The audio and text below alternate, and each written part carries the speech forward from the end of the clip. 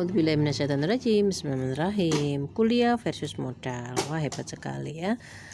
Kalau kita kuliah nanti nggak punya modal. Kalau kita fokus modal usaha, nanti kita kuliahnya tua. Pas kita sudah nggak minat untuk kuliah, gimana nih, harus gimana? Itu bagus sekali. Bagusnya kenapa?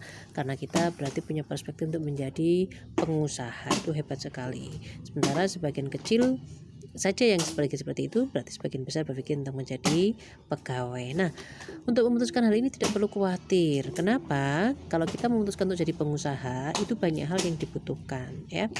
Kita yang dibutuhkan itu secara umum ada dua. Yang satu modal uang. Nah, ini kita bilang kita butuh modal, kita pakai kuliah, kita punya uang, kita pakai kuliah atau kita pakai modal untuk usaha. Nah, kemudian kita juga butuh kecerdasan. Kuliah ini kecerdasan ya, kecerdasan. Kuliah itu membuat kita jadi cerdas. Jadi, kalau kita kuliah, kita tetap akan punya modal kecerdasan. Sementara kalau kita sekarang memilih usaha, kita akan punya modal uang. Jadi apapun pilihannya, kalau kita sekarang kuliah gak ada masalah. Kuliah itu akan bisa membuat kita cerdas kalau kita memang benar-benar fokus. Semua itu diawali, coba deh dilihat semua pelari ya, pelari jarak pendek atau jarak jauh, itu kan ada start ya. Nah, di start inilah paling penting dari kan akhirnya nanti apakah kuliah kita benar menjadikan kita cerdas atau tidak. Kalau memang start awalnya sudah bagus, maka kita pasti menjadi seorang mahasiswa yang cerdas. Mahasiswa cerdas itu tidak harus selalu berarti mengikuti lomba-lomba dan jenisnya, indikatornya luas cerdas itu ya. Kita bisa mencerdaskan diri kita dengan sering datang ke perpustakaan, kita hanya banyak baca buku, kita sering ikut seminar. Bagian paling penting diantaranya menjadi mahasiswa itu sebetulnya memberi kesempatan kita untuk berinteraksi dengan sumber-sumber kecerdasan. Mereka punya perpustakaan. Kita kalau jadi mahasiswa jadi bisa ke perpustakaan di universitas sendiri. Kita bisa ke perpustakaannya universitas lain karena boleh itu ya. Dan ada berapa universitas, berarti kita bisa punya berapa banyak kesempatan untuk membaca ribuan bahkan jutaan buku. Nah, itu paling penting ya. Belajar itu ada banyak. Kita belajar dengan cara membaca atau belajar dengan cara langsung. Semuanya punya kelebihan dan kekurangan.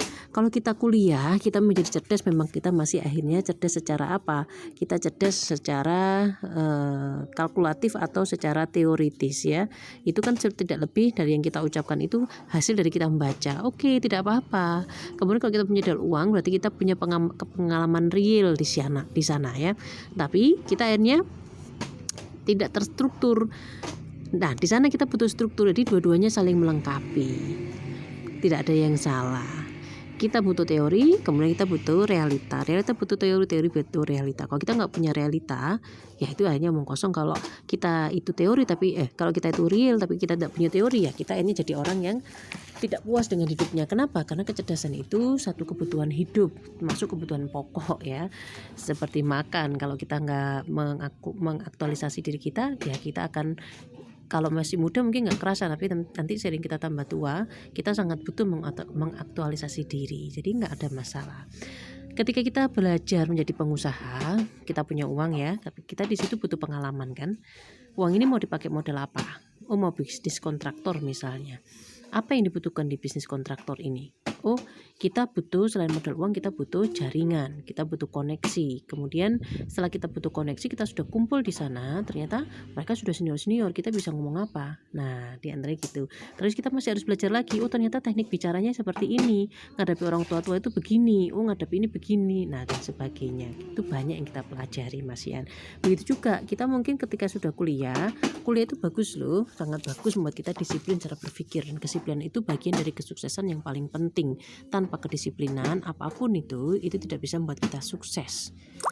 Kita mau meraih surga aja butuh disiplin dah. Disiplin tidak bisa kan, sholat itu hanya sekali sehari, hanya sekali seumur hidup. Nah, itu harus terus menerus sifatnya. Jadi kedisiplinan itu sangat penting. Ingat, semuanya kembali kepada start awal. Semua pelari begitu mereka ada di garis start, mereka menentukan tujuannya. Aku harus menang atau tidak? Aku harus bisa menciptakan rekor atau tidak? Itu innamal a'malu binniyat di dalam agama kita ya.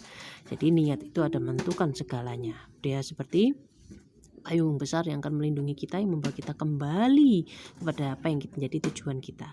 Tidak mungkin kita hidup itu lurus-lurus saja, karena takdirnya hidup, fitrahnya hidup adalah untuk diuji, dicoba. Jadi hidup kita akan seperti bukan kurva yang garisnya naik saja, tapi hidup kita kurvanya melengkung-lengkung seperti ombak. Jadi tidak ada yang perlu dikhawatirkan, no worry ya.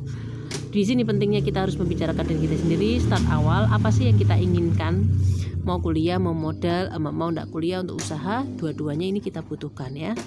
Pada akhirnya kalau kita memang punya kecerdasan yang bagus, kita butuh untuk mengaktualisasi kecerdasan. Pada ini kita juga butuh kuliah, dan kuliah itu nanti ketika sudah tua punya kekurangan, kita sudah enggak punya kesenangan untuk belajar. Ketika kita sekarang kuliah karena masih muda, bisa jadi kita senang belajar, tapi juga bisa jadi enggak ya. Semuanya kembali kepada diri kita sendiri. Jadi kalau kembali kepada temanya kuliah atau enggak kuliah, mau usaha atau enggak, nah silakan direnungkan tadi. Dua-duanya kita butuhkan. Mana yang menjadi prioritas kita, tidak ada yang menjadi masalah.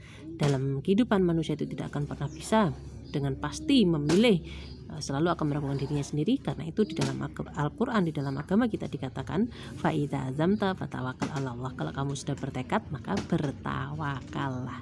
Jadi no worry, jangan khawatir, bertawakallah. Yakinlah dengan putusan kita, yakin karena kita sudah berdoa kepada Allah, karena kita minta pada Allah supaya dijadikan baik. Terima kasih. Assalamualaikum warahmatullahi wabarakatuh.